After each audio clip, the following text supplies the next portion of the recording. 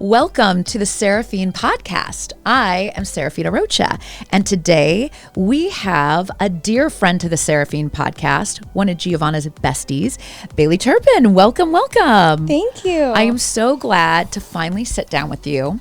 Out of all of Giovanna's friends who I have met, you are one that has held a lot of mystique because you and Giovanna, when I first kind of got to know her, I was like, who is this twin with her? Like, I totally thought you guys were not only best friends, but you have got that bubbly blonde. You've got like this energy.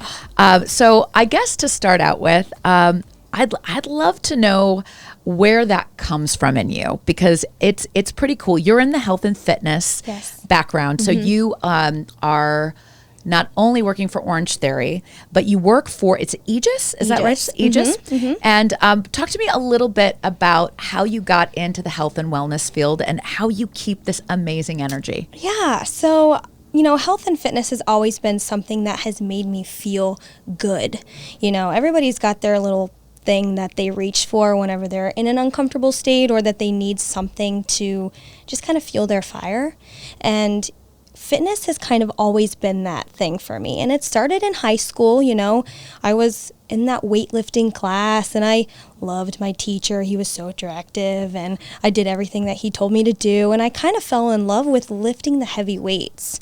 So I was that one girl out of the 15 guys that took weightlifting. And, it started making me feel good. And that kind of what fueled my empowering personality, I guess you could say.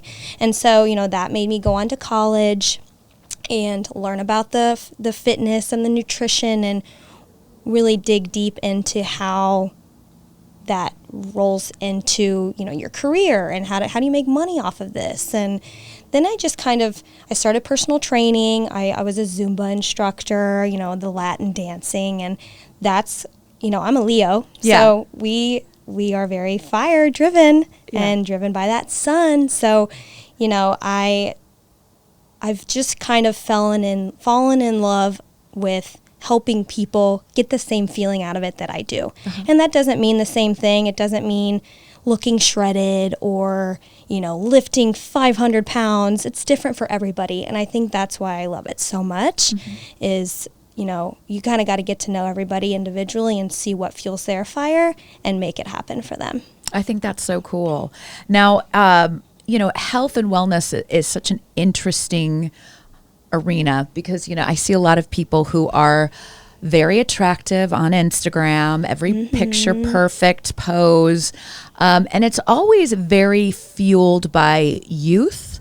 And it's usually not for the old. Yeah. What I think is really cool is that, you still are driven for your own personal youthful self, but through your work, you're actually helping older people feel younger in their bodies. Can you talk to our audience a little bit about what it is you do?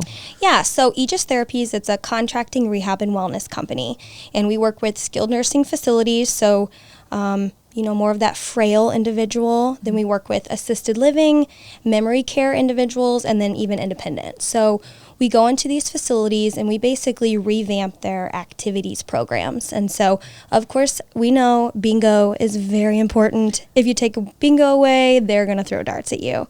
Bingo is important, but so is that physical piece. And so we have to make sure that we have that equal balance of bingo and manicures and movie nights and all of the things that bring them joy, but then we replace it and have some balance classes and cardio kickboxing and brain fitness, intellectual cognitive classes. So that way they're getting that full spectrum of the 7 dimensions of wellness.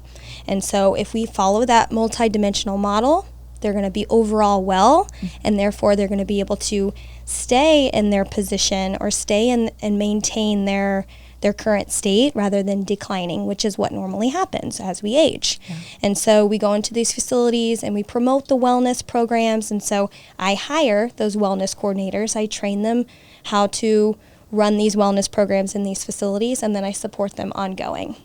I love that. It's definitely been something that I have found to be, I don't know, more interesting for me now. And it's not just because I'm 43 and middle-aged, but it is something where I was so enamored with my youthful body and trying to delay the aging of it, and really not digging deep into what it means to age and age gracefully. Then also I have, you know, family members who, you know, they've dabbled in and out of health and wellness, but now they really have started to focus in on it because my father got diagnosed with ALS. Okay. And that deterioration of the body, the muscles, the atrophication of the body is something that, you know, obviously we want to delay as much as possible. Right. And there's a lot of patience that goes into this kind of fitness because it's no longer kind of the show-off fitness that's plastered all over social media. And when you talk about, you know, the 7 different ways that we're well in our bodies, I feel like more people need to talk to it at a younger age, right, and not be afraid to age. So what changed for you? What changed for you when you started to learn more about this? Are you kinder to yourself? Do you share the 7 with more people? Yes. You know, and when people hear fitness, they think looking awesome and that physical piece. Physical means all different aspects: spiritual, you know, intellectual, occupational, environmental. I mean, there's a whole spectrum. And it's sometimes not always about going to the gym and lifting weights. It's maybe going to see a therapist and getting your mind right. Or maybe it's reading more often. Maybe it's recycling, you know. So I think what I've learned is that it's not always about looking your best. It's doing your best. It's feeling your best. And that doesn't always mean, you know, people who are shredded probably don't feel their best because maybe if they want that pizza or if they want that cookie, they're not going to be able to do it because they're going to feel guilty by doing it. And that's not everybody, but that was kind of my experience. And, you know, I've done bodybuilding competitions. I've done CrossFit. I was a gymnast. I was a cheerleader. So I've kind of done all of those different types of sports that focus some on appearance, some on lifting really heavy. And your nutrition and your whole body and your training regimen is completely different for all different aspects of that. So it's so interesting because we were kind of going a trip down memory lane with Team Fiend. We like to every once in a while do these little group podcasts, and I was going through some old pictures of myself, and it was when I probably was at my lowest weight. I think I was like around, I don't know, like 110 pounds. I'm 5'5", and every part of me was ripped veins. And I was at my most dark period. And I looked on camera. Great. Amazing. Yeah. People were applauding it. Yeah. My personal life was awful. I was really treating myself like shit with men. I was also looking at what I was eating, not eating. Where do you think we are going wrong in our social media world, and where are we starting to take a turn for the better, and where have you seen that reflected in your own life? You know, that's a good question, and I could answer that a couple different ways. Where I think we're going wrong is everybody thinks, oh my gosh, you're amazing, you're this awesome person if you look a certain way. And that's definitely not what we need to be looking at. You know, yeah, you may look great on the outside like you were saying, but on the inside you could be very broken. You could be very mentally not right. Maybe your relationships are not good, and maybe that's why you're focusing all of your energy on one thing. You know, I think we have to have an equal amount of energy in all aspects of our life. And yes, you have your favorite thing that you work on, and maybe that's fitness, or maybe that's writing a book, or inspiring people outside, whatever that may be. I think we have to have that right amount of energy in the right amount of spots, or it could take us to those very dark places. And, you know, as you see on Instagram, all of those fitness people who are shredded all the time, you know, we don't know their personal lives. We don't know what their relationships are like or what their home life has been, or, you know, so I think that's one of the main things that everybody sees is just that outside appearance. And I think, you know, lately people are showing more of that human, those curves, those rolls when you sit down. You know, we're seeing a lot more of those Instagram posts where they're showing that 10-second transformation of when you're sitting down and you see those rolls compared to when you're up and you're standing and you're posing the right way. That's going to change completely different. And I am seeing more of that. Why do you think that is all of a sudden? Because I'll be honest with you. I mean, I was really in my that stage in like early 2000s into late 2000s. So we're talking about like it was early to mid. It's like those low slung jeans. It's like the rib cage sticking out. Oh, yeah. You know, and social media wasn't as prevalent. And then in like the mid 2000s, I don't know. I mean, is it because? Do you think there was a backlash? I mean, we no longer have the Victoria's Secret fashion show. Yeah. Fenty is like celebrating the curves of women. Right. So where do you think we changed? Where did it become unpopular to show the thinness and not show the dark side that could be with it? You know, I don't know. I don't know the answer to that. You know, I think there's more women, specifically with curves, than those who aren't. Yeah. And you know, the nutrition in America is different than it was 20 years ago. Yeah. And you know, it's almost cooler to show your true self rather than what you just see in that mirror, that perfect pose. It's more relatable. Right. And I mean, I feel like I don't know. I think where we're getting better, and maybe, I don't know, correct me if I'm wrong or if you agree with me, is I feel like where we're getting better is that, you know, we've got this vulnerability coming through, and I think we're doing it because there's so much going wrong in the world that it's no longer about showing perfection. Yes. It's about what we're doing just to be a little bit better. I feel like the message has changed. Agreed. From being perfect to just being better. Or being yourself. Yeah. Yes. Uniqueness. Yes. And that's what I've noticed even on my posts on Instagram. And I'm no social media expert. It's just been from posting regularly. And I've gone from posting those bodybuilding fitness pictures to just me lounging on the couch in a hoodie and explaining what I'm going through that day. And I'm noticing that I get more engagement on those photos than I do from when I'm showing my six-pack abs, which I don't have right now, just say. But, you know, people want to see something that they can relate to, and they engage with you even more. And I think that's kind of how I've evolved into the person I am today, is just noticing that there are a lot of people out there who want to hear what you have to say. There are a lot of people dealing with some of the same things, and you know, Instagram is a good way, or social media in general is a good way for us to show that there are problems out in the world, and if you talk about it, people are going to jump on the train with you because they're dealing with something very similar or the same thing that you're dealing with. I also think, you know, what I see a lot of, you know, I'm so lucky to be surrounded by really good people now. But if you talked to me about 5 years ago, I was all about a quantity and not quality. So I had a lot of friends. Yes. But unfortunately, you know, the things that you are constantly in circulation with, conversations, things you're exposed to, I think really warp how you see yourself. Agreed. And my own relationship with my husband, I mean, I have to say, I've never felt more seen in a way that had no repercussions or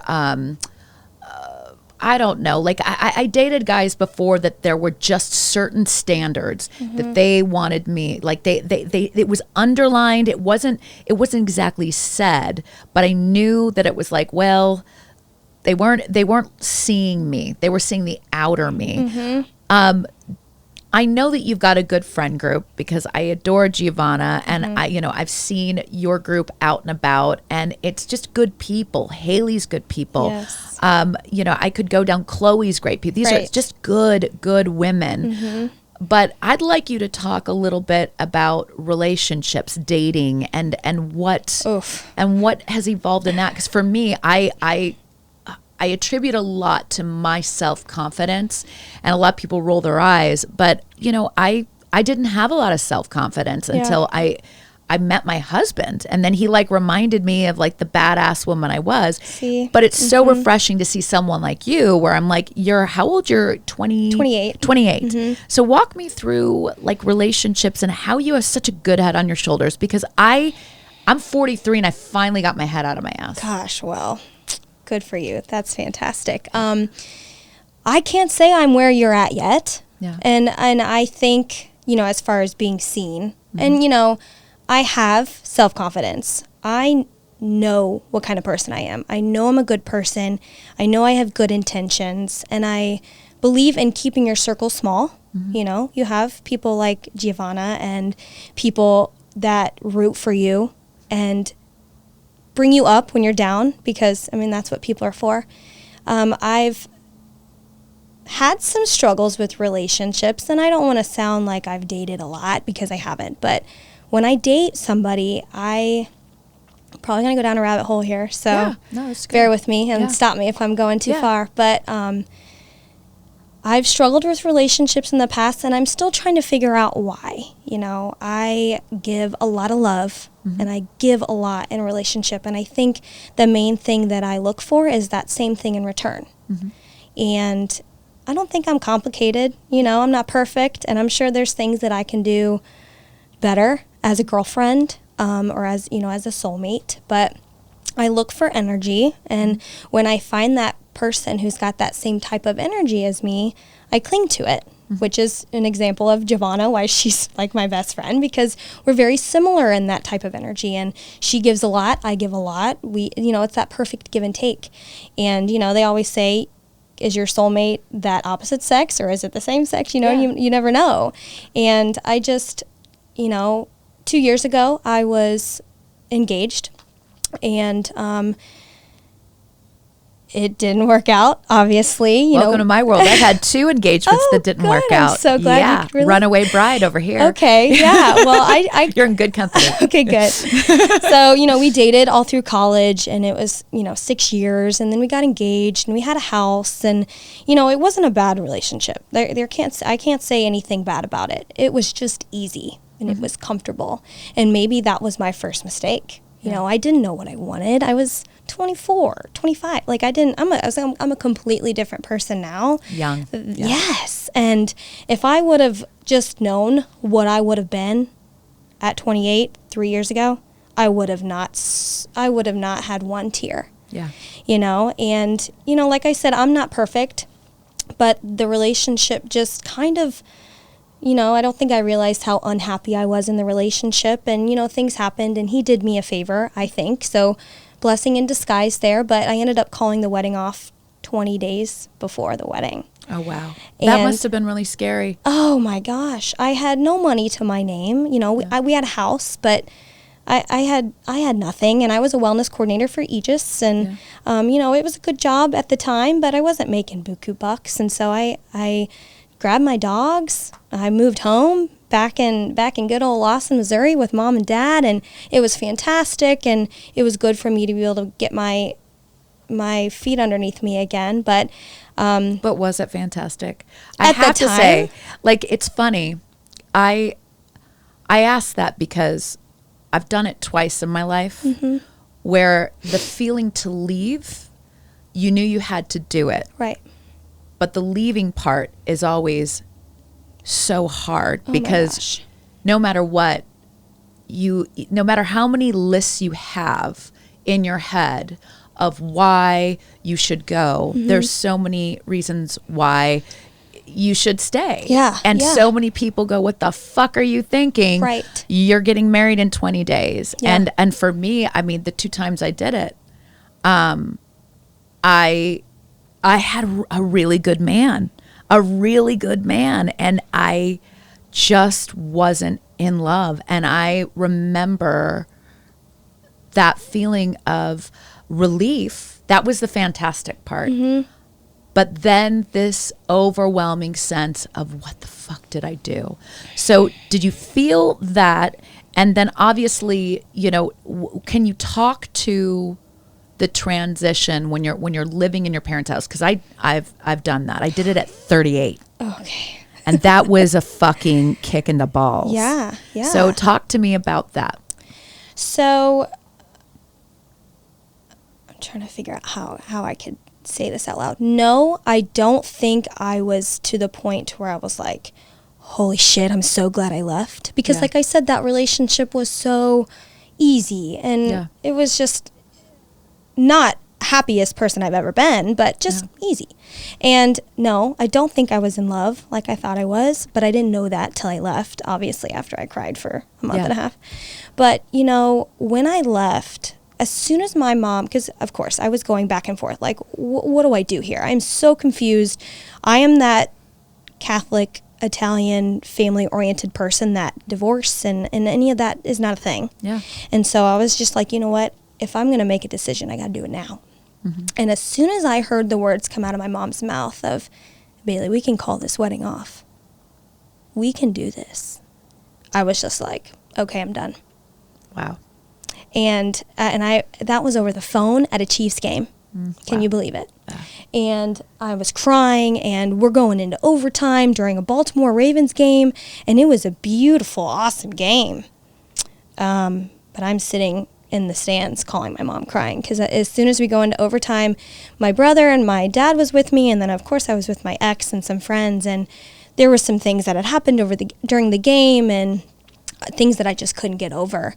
And I remember looking at my dad, and I said, Dad, I chose wrong. I was wrong. Yeah.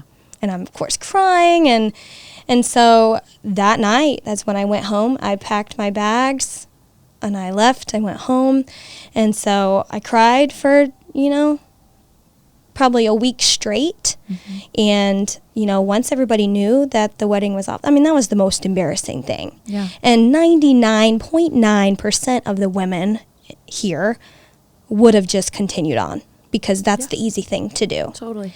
And I think that's where I found my deeper self of, I'm stronger than I think I am.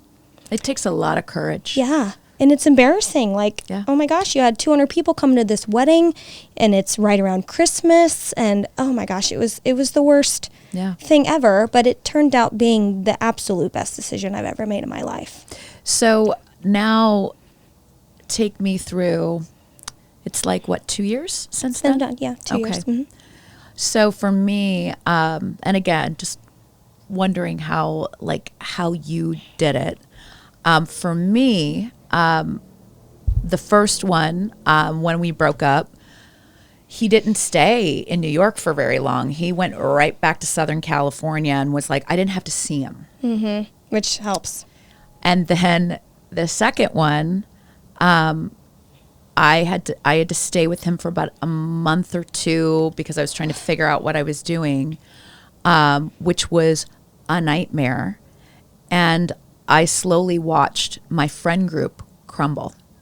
And it was really lonely because his friends were amazing, and a lot of them had to choose sides. So then what I did was I retreated and I left New York.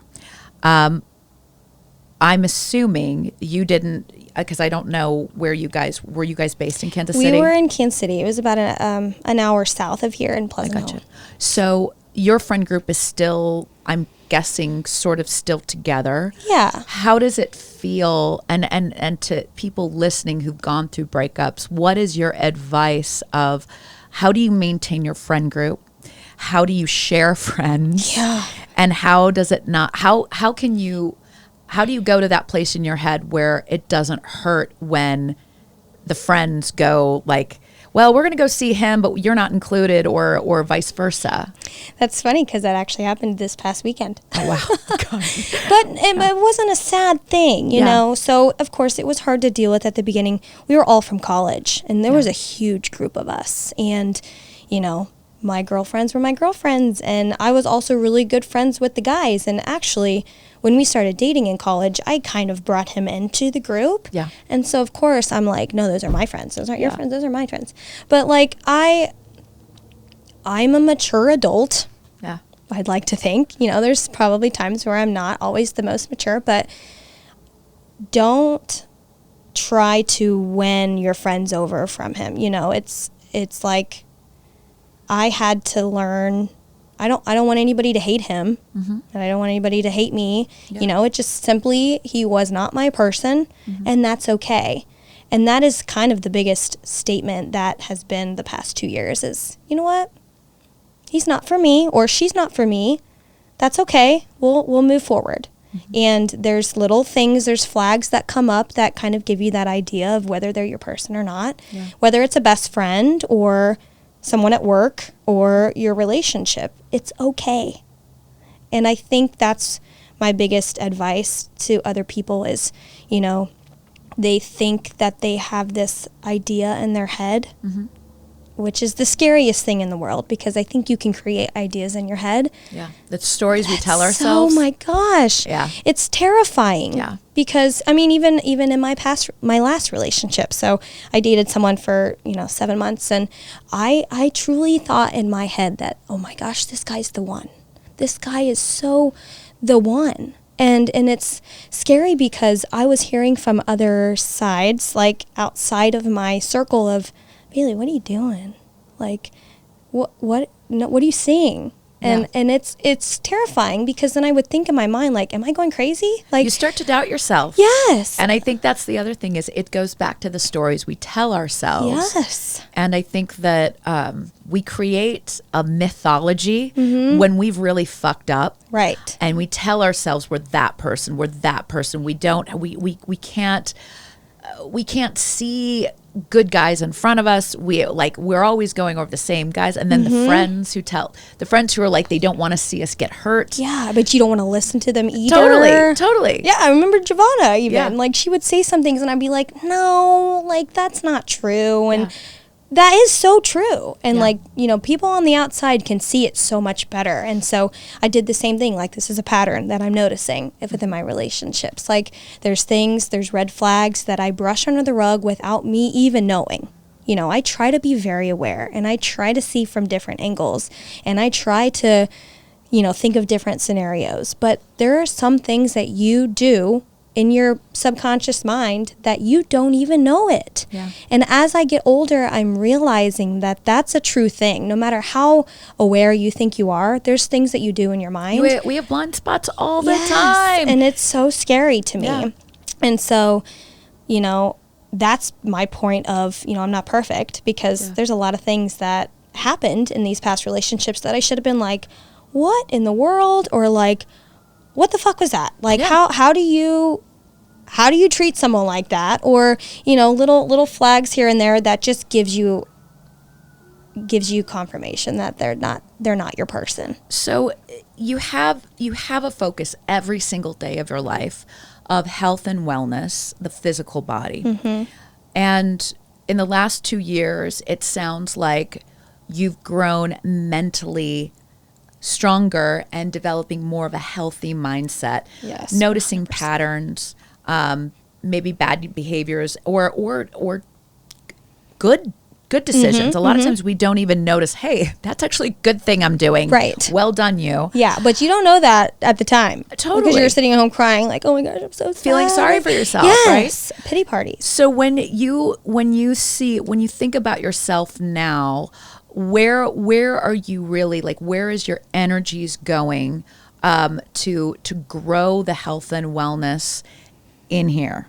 Do you have things that you are doing? Do you go to therapy? Do you, like, in terms of, I know that working out, yes, it produces endorphins. It's wonderful for your body. And I will preach that to day in, day out. Oh, absolutely. But what are other things that you're doing now to create a healthy environment for Bailey to live in? I've kind of dug deep into myself and just kind of figured out, what can I do to make Bailey Turpin better. And I'm doing things that I've not normally done, because that's how you get better. You get out of your comfort zone. Totally. You do things that you're not normally doing. For one, speaking out about it. Yeah. Like, I don't want people to think, oh my gosh, she's so sad, like she's lonely. That is absolutely not. Or on the flip side, they'll see you on Fox commentating about health Right? and wellness and being like, oh, her frickin' life is perfect. Yeah, no. And I want everybody to know that we all have our things. We all have our aspirations. We all have our issues. We all have our mental battles that we battle every single day. And, you know, there is a difference between being alone and lonely. And I think a lot of people get them mixed up.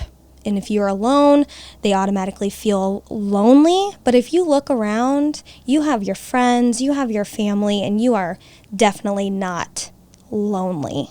You are alone. And when you are alone, that's how you build yourself to be a better person. And so what I've done is I'm reading more. I don't go to therapy. I've always thrown it around, but I truly think my mom is the best therapist because she knows me. My mom is my absolute best friend. She knows, I mean, if I was to sit down with a therapist, I would have to go an entire year to explain everything where I'm at today. Trust me, I know. Oh my gosh. And I know it works for people, and I know it's definitely something that's I've thrown around because it's that third party that doesn't know anything about your life. Yeah. But my mom is also someone who will tell me to get my head out of my ass if it's there, which has been more often than not, you know? So, you know, I'm reading more. I just bought a house, and so Congratulations. Thank you. Done. Thank you. So that's not a lot of 28-year-olds who are buying houses, especially in this day and age. Yeah, well done. Thank you. So, you know, just building myself up in all different aspects. Financially, you know, trying to get that savings account up there, get rid of all of my debt. Yeah. You know, there's a lot of things that you don't know that you can work on when you are in relationships because you just put that aside and you put all your energy on that one person, which is probably something that I should work on, you know, instead of going 100% into that person that I'm feeling, that still be Bailey Turpin, but have them, you know, to the side as your second person. And maybe that's where I've also gone wrong is, you know, your soulmate or your relationship person, they should be part of you, not all of you. 100%. And I also think when you have a lot to give, one thing I wish I would have figured out early on in my life was my cup runneth over. It always does. And I wanted to give it to someone. So to me, it was always, well, I'm going to give it to my relationship or this person or that person. And I realized, again, just recently that I want to give back to my community, to things that I believe in, to things I stand for, because at the end of the day, I realized that, I stand for love and relationships. I think it's amazing, but you really get to know yourself when you give of yourself to someone that you know you're not going to get anything back from. And I think a lot of times when we're in relationships, the downfall is that we are giving so much of ourselves and we're pouring into this person, we're pouring into the person, and we want to say we don't expect anything back. And that is 100% bullshit, people. Bullshit. I think people are so... When I hear people go, oh my gosh, unconditional love, it doesn't exist. It exists in dogs. Right. That's it. But there are conditions with love. Even in your family, there comes a time when there are conditions. I see it in my own family where my mom and my dad, yes, unconditional for a baby to grow them up, to be like, I love you. But there comes a time when you're 18 and if you're fucking around and you're fucking up my life or you're doing drugs, you're doing bad shit, sorry. Yeah. No unconditional love for that shit. I'm going to tell you, I love you.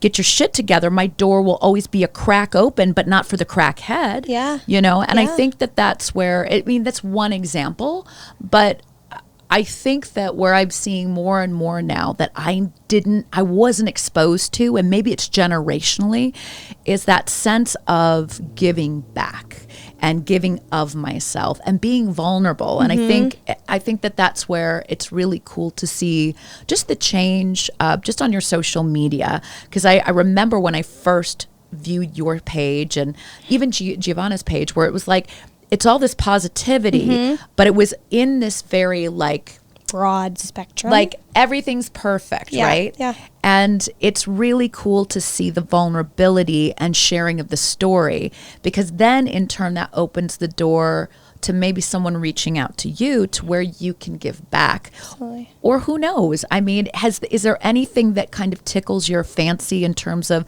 I mean, you already have a job with working with the elderly that, you know, it takes a lot of commitment, but is there something in your heart that you feel like you would like to dive into this next year with philanthropy or raising awareness, or even when you think about social justice? Is there anything that's been on the forefront of your mind? You know, I've recently just got an LLC for my online fitness personal training business. God, you're killing it. A house, an LLC. That's awesome. It's called Bailey Fitness. Yeah. And, you know, it's kind of something I've always dabbled into, something I've always done just on the backside. But I truly think that's my passion. And it's weird because my workouts and my meal plans and all of that is absolutely important. But I want to use that to get to these people and know them personally and see how I can pull more out of them, empower them to be their best selves. And that's not always from a health and fitness perspective. Maybe they're extremely unhappy with their job. Maybe they're very unhappy in their relationships. And I want to empower them to let them know that they're not stuck in their situation. And that's one thing I thought as Bailey Turpin at 25, that I was stuck. You know, I didn't know where to turn. I didn't have any money. I didn't know what to do. I didn't know where to go. But we figure it out. And you can always figure it out too. And, you know, reach around the people in your small circle and they will tell you. You may be lost for a little bit, but you'll figure it out and you'll find your passion and you'll find what fuels your fire and you'll go in that direction. And when you go in that direction and whenever you surround yourself with positive people, you're in the right spot. You are always where you need to be, but also know that you are never stuck in your situation and you can always change it. If you are unhappy with someone or your job or in where you live, you can change it. And I think a lot of people feel like they don't know what to do, so they're just going to stay in that situation because it's comfortable, and we have to get uncomfortable in order to grow. We do. I think that's the worst piece of advice I've ever received is you know, like, you know, when it's too much out of your wheelhouse, like you need to know when to take a step back and like, you know, go do some reading or go do some research, then come back. Right. It's like sometimes you just got to skin your knees and get into the game and be like, all right, okay, now I got to go look at the playbook and get back in. Right. What is the worst piece of advice you've ever been given that you actually followed? For me, it's a lot of different things. You know, much love to my family. I love my family so much, but there was so much importance placed on emulating a marriage like my parents. Yeah. There was so much energy and discussion about education and being in the medical field and all of this advice about, you know, marriage, get in the medical field, all these things that just didn't fit with me.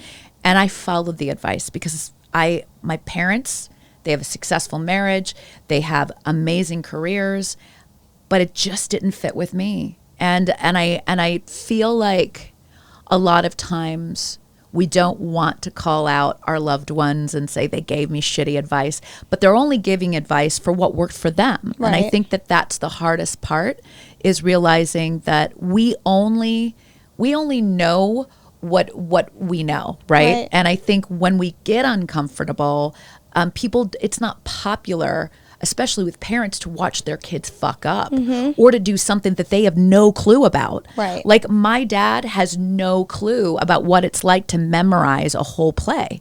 And he's like, why the hell do you want to go and memorize a play and like perform it 10 times and then that's it? That's all you get. And I was like, but that's what got me going. And then singing. He's like, your voice isn't that great. He's like, you know, if you're not going to be Whitney Houston, you know. And I was like, well, but it made me feel good. Yeah, it fueled your fire. Yeah. So again, not that you have to say that, but I guess that's what I'm saying is like getting your brain into like, advice given to you? Because I know a lot of people love to say, well, thin is in and all that. And we all know that no one's really thinking about that. No one's telling anyone now to do things unhealthy. Right. I think your generation finally got it. Yeah, agreed. that bullshit out of like the hemisphere of being these anorexics who are like not eating. But I don't know. I do think that what do you think about this whole thing about being an influencer and putting it all out there? Like that's the only way that you can really, do you think that you should save something for yourself? Or do you really think that if you're going to have influence on people and if you're really going to call yourself a public person, every part of you has got to be out there? No, I don't think every part of you needs to be out there because, I mean, yes, being truthful and showing who you are and putting pieces out there on Instagram is important because I think that's how a lot of people cope and that's how a lot of people communicate their feelings. Yeah. And I know that helps me. You know, I'm not always the best person at explaining how I'm feeling. But I think as a Leo, I have to talk it out loud. Yeah. And then once I talk it out loud, then I figure out, oh my gosh, like this is how I'm feeling or this is what really happened. And so I think it's important for us to keep some of ourselves personal and our personal life off of social media. And I don't know, maybe that's the wrong way to think about it, but I think not everything needs to be shown. And I think there's some beauty and mystery. I think so too. My husband says it all the time about holding something sacred. Yeah. You know, that because there's a lot of things where, you know, I at the beginning of our relationship, I wanted him to put why don't you post pictures of us? Why don't you claim me? You know, all that. And I realize, you know, we claim each other every day and we don't have to frickin' put it in everybody's face. I still kind of do because I'm so proud of the man he is and I love him. But there are definitely moments where I'm like, okay, I got to take a step back and, you bring up a good point because, you know, in my past relationships, I've always been someone to post them and be proud of them and let everybody know who this guy is and how he's mine. But even when I was doing that, I was not happy. Yeah. And it's sickening to me because, you see these beautiful couples on Instagram and Facebook and Twitter, and, you know, you don't know their story. They could be very unhappy. Totally. They could be absolutely happy, but they could also be very, very unhappy. So never believe everything you see out there because it is not always true. And I am that exact example because I used to post the most unhappy I was probably when I was posting the most. Isn't it crazy because you're almost trying to make yourself believe faking it. Yeah, totally. And it's funny because I now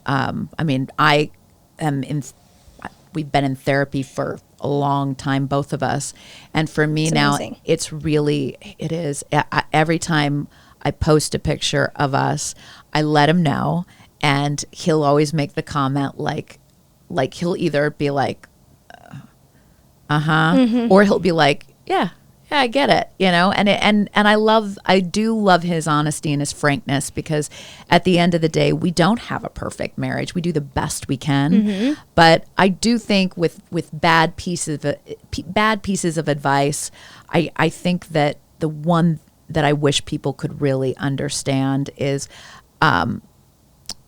that, I mean, if you want to be on a public platform, if you want to help people out, I think sharing your story is amazing, but there does have to be something for you, you know, and I think it should be protected. So. I agree. So as we start to kind of wrap up this episode, I'd like you to talk a little bit to our audience just about what this last year has meant to you, how you've embraced a little bit more power into your life, and the advice you can give to other women who might be exactly where you were at age 25. Yeah, you know, you think you know everything at 25 or even at 28, you know. I know there's a lot of things that I still need to learn. Oh, even at 43. Yeah. And, you know, knowledge is power. That is one of my favorite quotes. It's something my mom always taught us. And the more you know, the better. The better you live. Everything. Yeah. In everything. And, you know, when I was 25, I thought I was happy and I thought I was successful, but those get bigger as you get older. And now that I'm 28, I know I'm successful, but I know I can be even more successful. And I know that I'm happy, but I know that I can be happier. And so that means for everything. I will have highs and I will have lows, but I know that I'm a strong person and I know I can keep going. I want to empower women to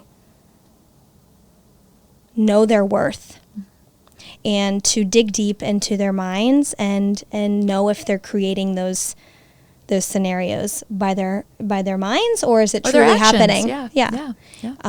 Because I think there's a lot of things that we do in our head that isn't necessarily true, and we tend to believe that things got to go a certain way, and they absolutely don't. Yeah. I took a trip to Seattle a few weeks ago.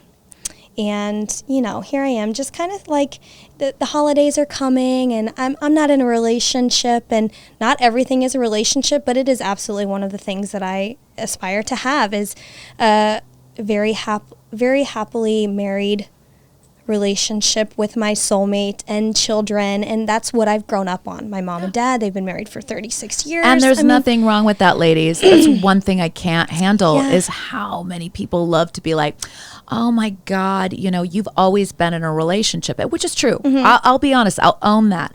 I've been in a lot of relationships. It's not that I haven't been on my own a few times, but there's nothing wrong with wanting a partnership. Yeah. I think that what I love that you're talking to, this whole podcast has been about, it's not the end all be all. Once you get married, it's not done. Right. Once you find that relationship, it's not done. Your partner just helps push you and keep going. Yes. Keep going. And that's always been my issue in the past is I've been with partners who doesn't push me. Yeah. I've been with partners who kind of pull me down. Yeah, or it's been easy. And it's sad because I'm the kind of person that I want to bring you up with me. You know, I have all of these things to offer and I bring a lot to the table. And I know that there's some things that they can bring to the table too, but they don't. So then I keep trying to bring them up, and then in the end, they just keep sucking the life out of me. Yeah. And by the end, I'm emotionally drained and I don't even know it. And so I'm crying and I'm second guessing everything I'm saying and feeling, and I don't even know who I am anymore at the end of the relationship, you know? Yeah. And so and that's been a pattern of mine. And so that's been something that I've been working on as a person, is not allowing other people to suck the life out of me, you know? And this isn't just boyfriends. No, it's girlfriends. Yeah. Trust me. I had to do an overhaul. Yeah. I've done it probably 2 or 3 times in my life. And then you realize, or you set clear boundaries. Yes. Of like, and then as soon as you set boundaries, they will either go or they will come on board. And if they go, then it wasn't meant to be. Totally. And that is extremely important. As you get older, you have to set those boundaries, or else you're not going to be your true self. You're just going to keep dabbling into other people's way of living, and you're not going to know which way is up for you. Yeah. And so I don't know if I answered your question. You totally answered it. And I can totally see why in this season of your life and your BFF's life, you are each other's bookends, because you really have a lot that you offer and support between the two of you. And I do believe that if you are going to find a male soulmate, I consider Johnny to be my bookend, and it's all the stuff we create in between. Friendships, it's pretty amazing when you can look at you and Giovanna's friendship and see what you've created, what the energy is there. You know, I don't know. I think a lot of times, you know, people become almost like a bookmark, where they cut off the story, and then it's like you feel like. Game over. It's like it goes back in the shelf. And I'm like, wait a second, front to back, and maybe a few volumes in between, and there's right? different chapters, and there's different ways. And that's what I was going to say. You know, when I took my trip to Seattle, my perspective was, oh my gosh, I'm 28. Everyone's settling down, which is not the case. No, it's not the case at all. I got married at 40. Okay, girl. Yeah, I got some time. You got time. And I have the best man. I mean, and I wish, I don't wish anyone in this world marriage in their 20s. Yeah. I have to say, ladies, avoid it like the frickin' plague. And if you are married in your 20s, keep growing, keep evolving, because you know what? You're not even where you have so much ahead of you. Yeah. Your 30s, you're realizing kind of the shit you did in your 20s, like, fuck, it's really catching up with me. And then by 40, you start to really get comfortable with yourself. So please, the 28-year-olds you're seeing with their picture perfect life, just see them at 38. Yeah. A lot of them will be probably divorced. And no wishing bad on anybody, not at all. But you're going to be a completely different person. And that's just 3 years of, I dodged a bullet. I know I did. Totally. And everything was meant to happen the way it was supposed to. And that's what got me to where I'm at today. But my 25-year-old self compared to my 28-year-old self, I am a completely different person, and I'm absolutely okay with where I'm at today. I love it. Well, I am so glad that you came here today. I'm so glad I got to dig in a little bit more because, boy, you have so much that I can learn from, and I'm fucking 43. So thank you for letting me pick your brain a little bit. Thank you. And then for our viewers and our listeners, where can they find you? Not only what's your segment on Fox, and then what's your social media? Yeah, so my Instagram is Bailey Turpin Fit, and in my bio is Bailey Fitness. It's BaileyFitnessOnline.com, which is my new online business. And I am on Fox 4 News the first Monday of every month, and every segment is a little bit different, but it's around 9:15 a.m., and we talk all fitness, nutrition, healthy habits, all the above. So I love it. Yeah. Well, definitely check her out. And if you enjoyed this episode, please, I will not be ashamed to say, I will beg, please like and subscribe to the Seraphine podcast, because that's the only way that frickin' algorithm will get me to the frickin' front. So click love me, like me, and definitely support other women. Bailey, you are amazing. I'm so glad you came today. Thank you and so much. Sending you guys so much love to the Seraphine podcast viewers and listeners. Thanks so much. See you later.